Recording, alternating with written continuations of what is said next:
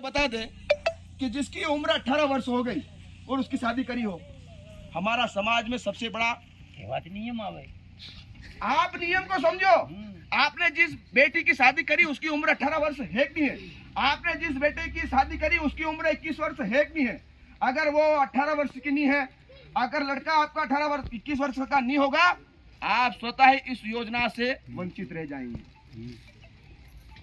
स्वतः ही आप बोल रहे हैं आप 15 साल में, आप 14 साल में, आप 16 साल में उसकी शादी कर देते, 18 साल नहीं हो उसके पहले बच्चा पैदा हो जाता। गलत बोल रहा हूं मैं? सही। ये हमारी छोटी छोटी गलतियां हैं। प्रधानमंत्री आवास योजना के बारे में आप लोगों को पूछेंगे।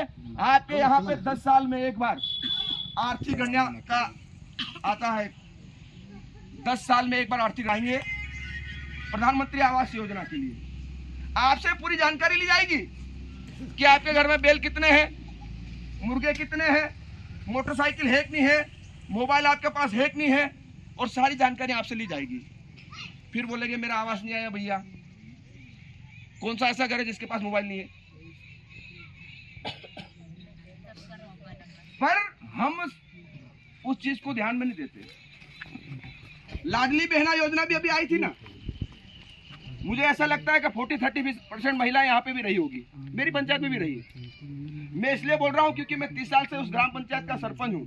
मुझे पता है बारीकी कौन कौन सी चीजें हैं जो हम अपनी गलतियों का कारण उसका लाभ नहीं ले पाते। अभी सर को पता होगा एक अच्छी योजना चल रही है, उसमें देश के प्रधानमंत्री जब बने थे उस समय से योजना चल रही, और आप लोगों को पता नहीं होगा। प्रधानमंत्री सुरक्षा बीमा योजना इतनी महती योजना है। उस योजना में जिसकी उम्र 18 वर्ष से 59 साल तक हो, वो व्यक्ति उस योजना का लाभ ले सकता है। क्या है उसमें? उसमें सिर्फ आपको 12 महीने के 12 रुपए आपको उसका बीमा कराना है। कितने? 12 महीने के 12 रुपए। शर्त ये है, अच्छा बहुत से लोग बोलते हैं जहां भी जाते ना, अरे मरने के बाद। मुझे एक चीज ये बताओ, सरकार हमको कवर दे रही है, खुदा ना खास्ता आपके साथ में कोई घटना घट गई, आपके साथ में कोई ऐसी आकस्मिक मौत हो गई, उस स्थिति में उस परिवार का क्या होगा? इसलिए सरकार कवर दे रही है कि उसके लिए भी चिंता करने की आवश्यकता नहीं है। उस प्रधानमंत्री सुरक्षा बीमा योजना में अगर आपने बीमा करवाया, आपकी अगर दुर्घटना में अगर कोई पांव टूट जाए, हाथ कट जाए, एक्सीडेंटली अगर आपकी मौत हो जाए, मौत होगी तो आपको 2 लाख सरकार देगी। और अगर आपका कोई पांव खत्म हो गया हो या आपका कोई हाथ खत्म हो गया, उसका 1 लाख तक भी अगर कोई आपको ट्रीटमेंट हुआ है तो सरकार उसका पैसा देगी।